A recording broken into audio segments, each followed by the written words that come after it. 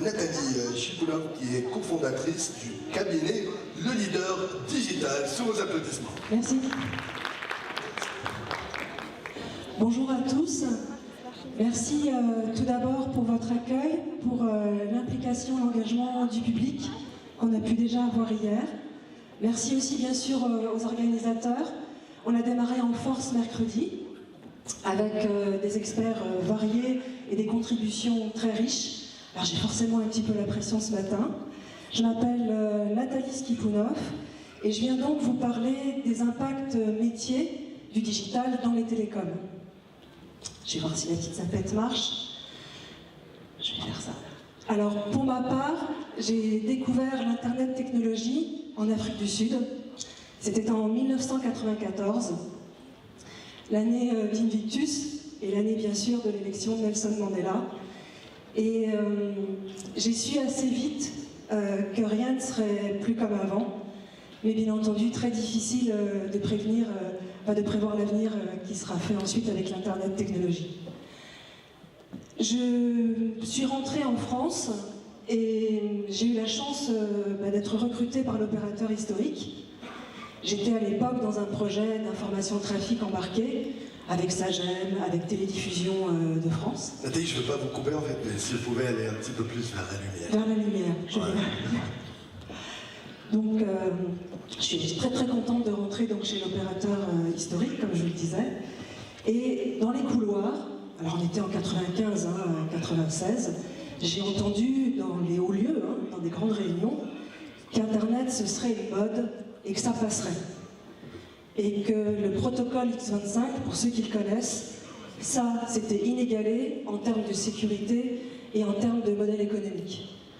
Alors effectivement, ils n'avaient pas tout à fait tort, parce que l'Internet technologie sur la question de la sécurité et la question effectivement du modèle économique, la question reste entière. Pour ce qui est de la mode, heureusement, ce bruit de couloir a fait place en fait à une petite équipe chez l'opérateur qui s'est transformée en fournisseur d'accès à Internet, Wanadoo, que j'ai rejoint, et toujours leader 20 ans après sur le marché national, avec un chiffre d'affaires à fin 2017 quand même de 43 milliards et un EBITDA de 13 milliards. Tout ça pour vous dire que finalement la relation entre l'Internet technologie et les opérateurs, et en tous les cas les télécoms, c'est un petit peu un amour contrarié, si je puis dire. Alors je vais essayer de vous expliquer pourquoi. Déjà parce qu'on y est allé, parce que nos clients nous l'ont demandé, on va se dire les choses. On ne fait que courir après les usages qui ont été générés par l'Internet technologie. Et nos usages, comme vous le voyez, ont complètement changé. Je ne sais pas si vous vous reconnaissez dans les photos qui sont là. Moi, j'étais un petit peu comme la dame, dans sa chambre avec son ordinateur sur les genoux. Vous, je ne sais pas comment ça se passe à table. Voilà, on voit bien que tout ça a été extrêmement bousculé. Alors, pour le marché tunisien, je voudrais vous dire que déjà la population mondiale, c'est 50% de personnes qui sont connectées, une personne sur deux dans le monde. Et bravo pour la Tunisie, puisqu'on est déjà à pratiquement 7 personnes sur 10. On a 7,9 millions d'usagers, avec 68% de taux de pénétration, 60% de taux d'usage de l'Internet mobile. On est donc sur un marché qui est le plus haut du Maghreb. Vous êtes plus de 4 millions déjà sur le réseau Facebook, avec un usage assez intense de Messenger, ce qui n'est pas sans poser certaines questions, forcément en télécom. Le trafic web se fait essentiellement via portable, via PC, mais bien sûr sur smartphone et tablette. Alors vous dire aussi que les bureaux ont changé. Moi je ne sais pas si votre bureau il ressemble plutôt à celui de droite ou celui de gauche, mais la tendance elle est forcément de ce côté-là.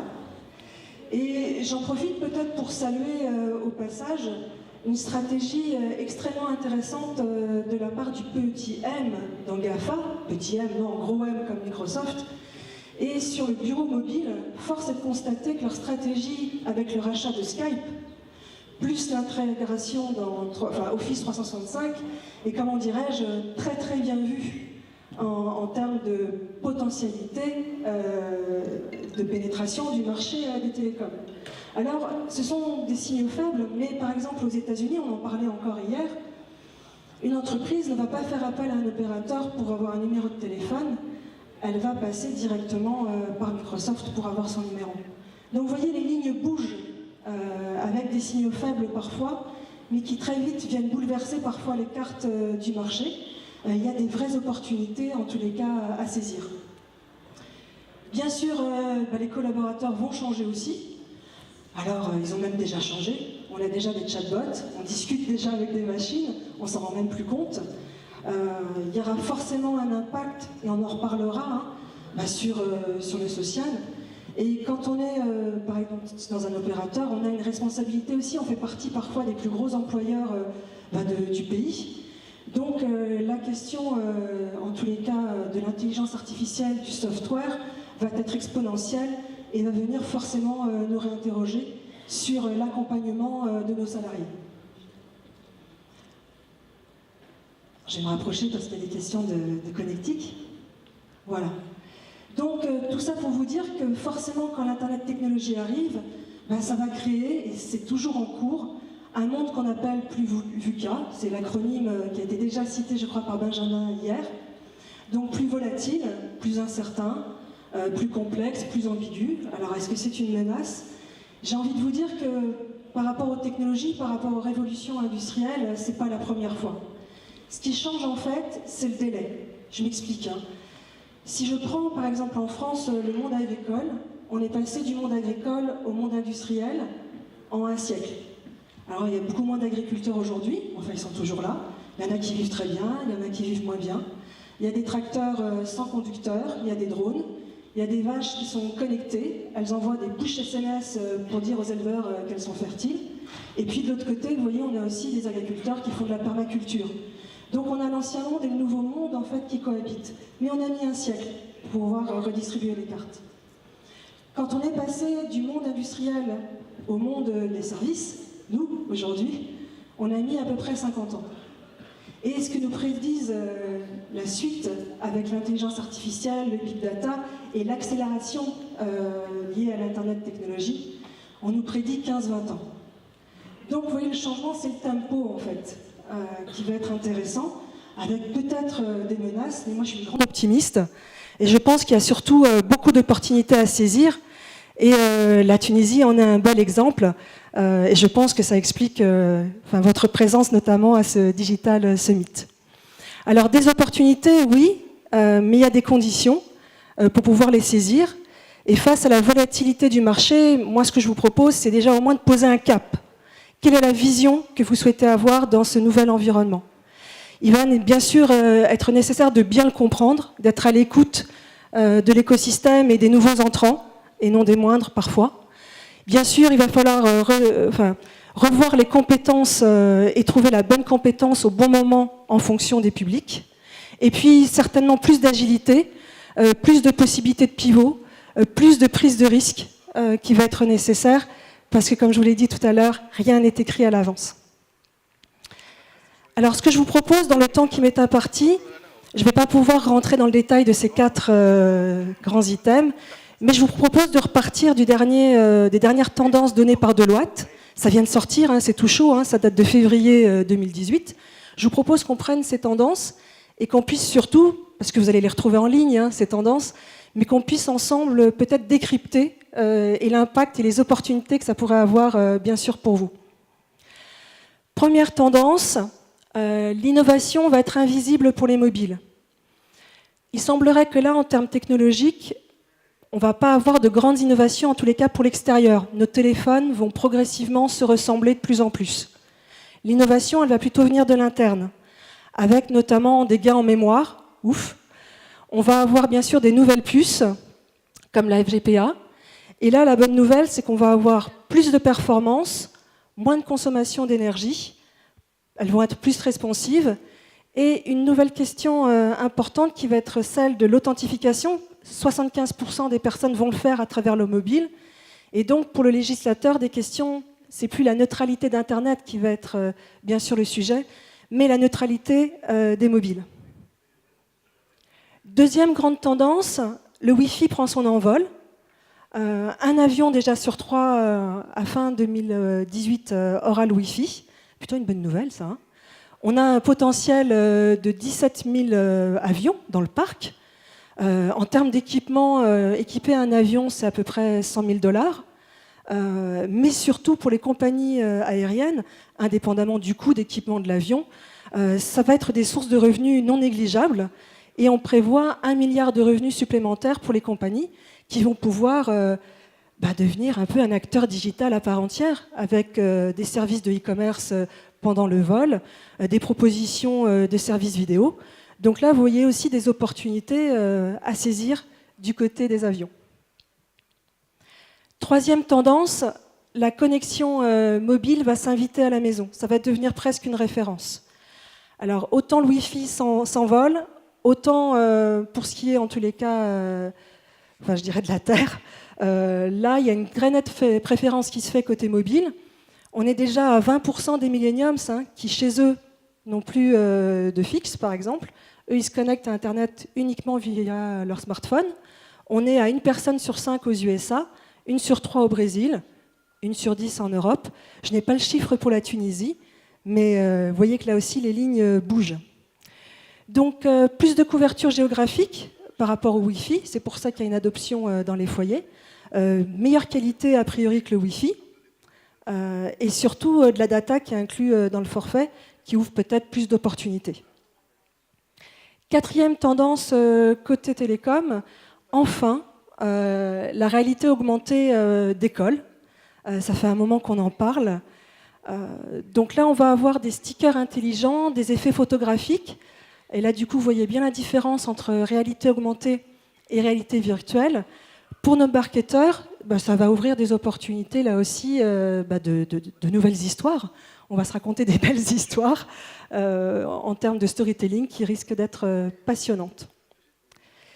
Cinquième tendance, il faut que je me rapproche un petit peu, le fameux machine learning. Alors le machine learning, bien sûr, quand il est lié au robot, au hardware, même si on a vu un certain nombre d'avancées, ça coûte encore très cher. On a vu que sur les émotions, il y avait encore pas mal de choses à faire. Et sur l'automatisation, elle se fait plutôt en interne, si je puis dire, dans les usines, par exemple, mais elle nécessite de gros investissements et forcément des gains de productivité qui vont de pair. L'enjeu ici, il est plutôt du côté du software et également avec l'intelligence artificielle, où là, les prévisions sont x2 fin 2018 et encore x2 d'ici fin 2020. Donc on va avoir une automatisation très très forte des traitements de données, une accélération de l'information, et même si les études sont contradictoires, certains disent qu'il va y avoir création d'emplois, d'autres vont dire qu'il va y avoir destruction d'emplois, je pense que ce n'est plus la question en fait. Je pense qu'il est temps d'ouvrir le dossier et de se dire comment on accompagne ces équipes, comment on accompagne ses employés et ses collaborateurs dans cette perspective. C'est plutôt ça le sujet aujourd'hui.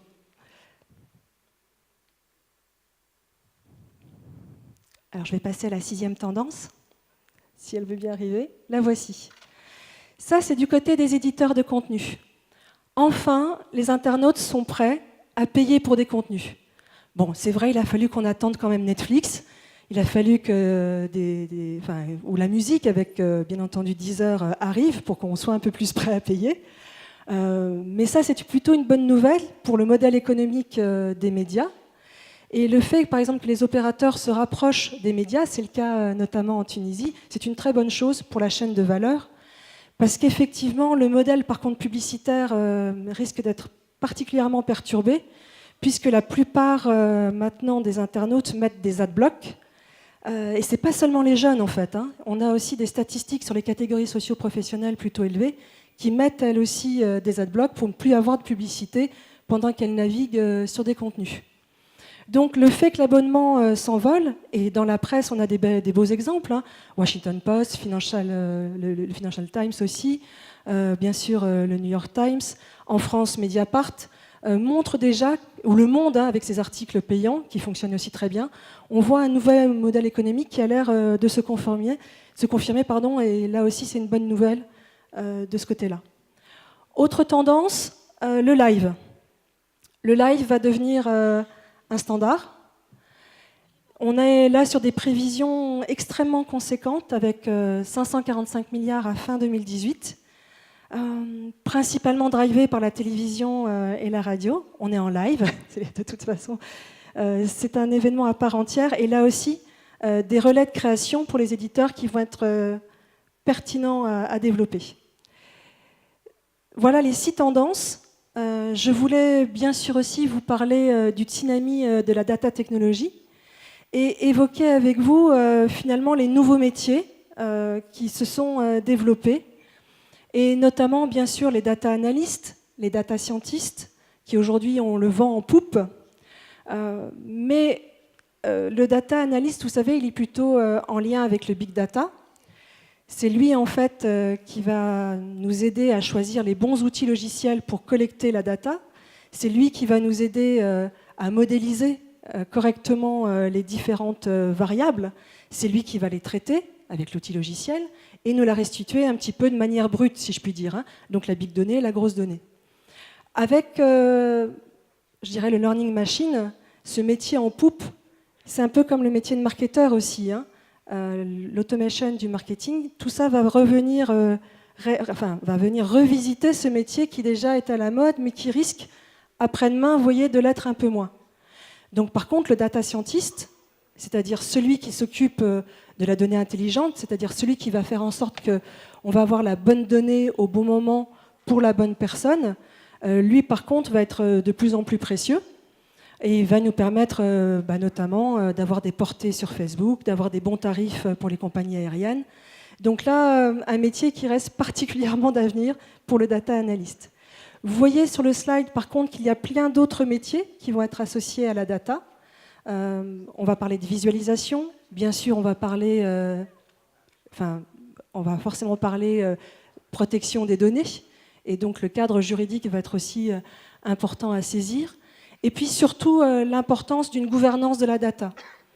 J'accompagne plusieurs entreprises, des moyennes ou des grandes, même du CAC 40, et je suis toujours surprise de voir qu'on est en train de recréer un silo avec la data. Alors que l'Internet technologie nous a appris justement que la force, c'est plutôt le côté pluridisciplinaire, c'est l'open source, c'est le fait de partager. Et si je peux me permettre, surtout éviter de créer un nouveau silo avec la data, parce que c'est l'effet inverse qui va se produire. Donc voilà en tous les cas différents métiers sur le sujet. Et puis, ce qui est assez étonnant, ce qu'on est en train de vivre en ce moment, c'est à la fois une hyper-spécialisation, donc une hyper-spécialisation liée au métier du digital, bien sûr. Je vais prendre par exemple, ne serait-ce que le marketing.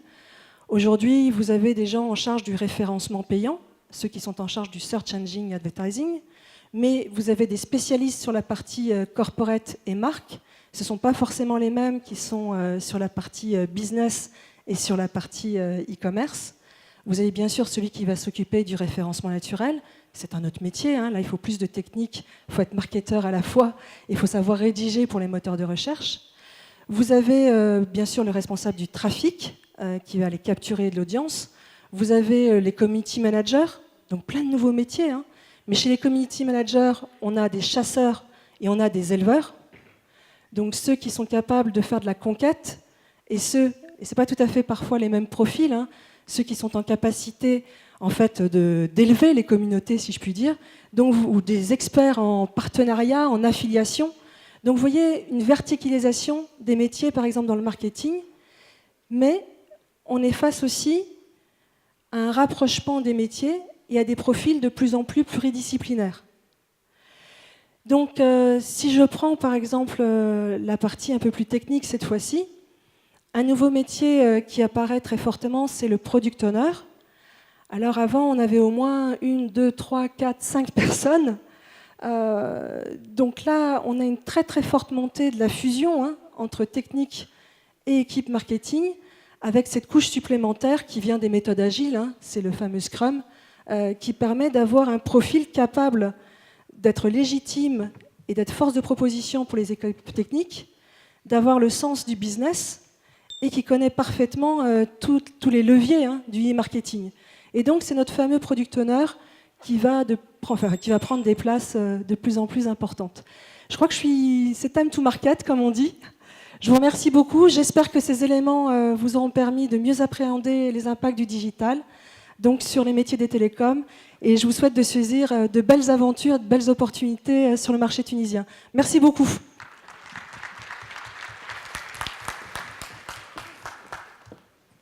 Bravo.